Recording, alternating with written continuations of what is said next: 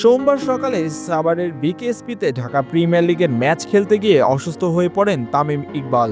বুকে তীব্র ব্যথা অনুভব করায় এবং জরুরি অবস্থায় তাকে এয়ার অ্যাম্বুলেন্স করে ঢাকা নেওয়া সম্ভব না হলে তামিমকে বিকেএসপির পাশে কেপিজি হাসপাতালে নেওয়া হয়।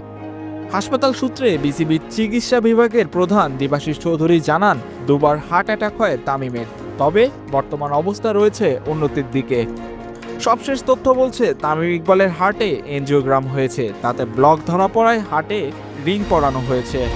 এ বিষয়ে মোহামেডানের ম্যানেজার সাজ্জাদ আহমেদ জানিয়েছেন, আমরা তামিমের জ্ঞান ফেরার অপেক্ষায় আছি।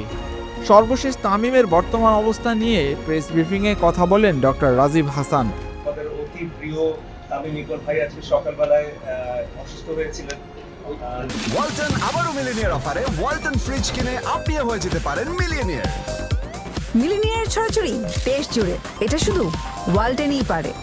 9:30 দিকে উনি বিকেএসপিতে একটু অসুস্থ হয়ে পড়েন।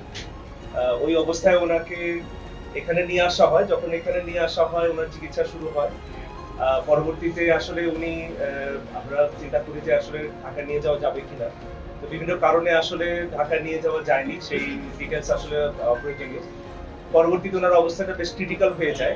এই ক্রিটিক্যাল কন্ডিশনে আমাদের কাছে আবার আসেন এবং ওনার ওই ক্রিটিক্যাল কন্ডিশন থেকে যতগুলো চিকিৎসা প্রয়োজন সবকিছু করা হয়েছে এবং আল্লাহর রহমতে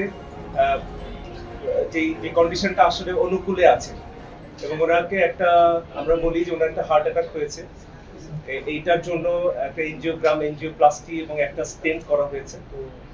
আল্লাহর রহমতে স্টেন্টিংটা খুব স্মুথলি এন্ড এফিশিয়েন্টলি হয়েছে। আমাদের যে কার্ডিওলজিস্ট ডক্টর মারুফ ওনার এই একটা স্টেন্টিং করেছেন এবং ভেরি এফিশিয়েন্টলি, এবং ওনার এই ব্লকটা পুরোপুরি চলে গেছে এখন।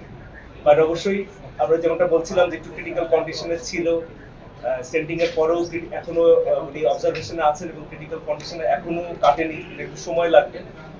আর আমরা সবাই ওনার জন্য প্রাণপণ চেষ্টা করছি এবং আপনারা সবাই দোয়া করবেন আমাদের প্রিয় তামিম ভাই যেন আবার আমাদের মাঝে সুস্থ হয়ে ফিরে আসে এবং আবার। এদিকে সোমবার দুপুরে তামিমের অসুস্থতার খবরে বিসিবির বোর্ড সভা হওয়ার কথা থাকলেও তা স্থগিত ঘোষণা করা হয়।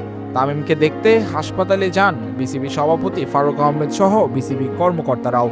এদিকে তামিমের শারীরিক অবস্থার খোঁজখবর নিয়েছেন প্রধান উপদেষ্টা ডক্টর মোহাম্মদ ইউনুস। প্রধান উপদেষ্টার পক্ষে তার উপপ্রেস সচিব আবুল কালাম আজাদ বিসিবি প্রধান নির্বাহী নিজামুদ্দিনের সঙ্গে যোগাযোগ রাখছেন বলে প্রধান উপদেষ্টার ফেসবুক পেজ থেকে জানানো হয়।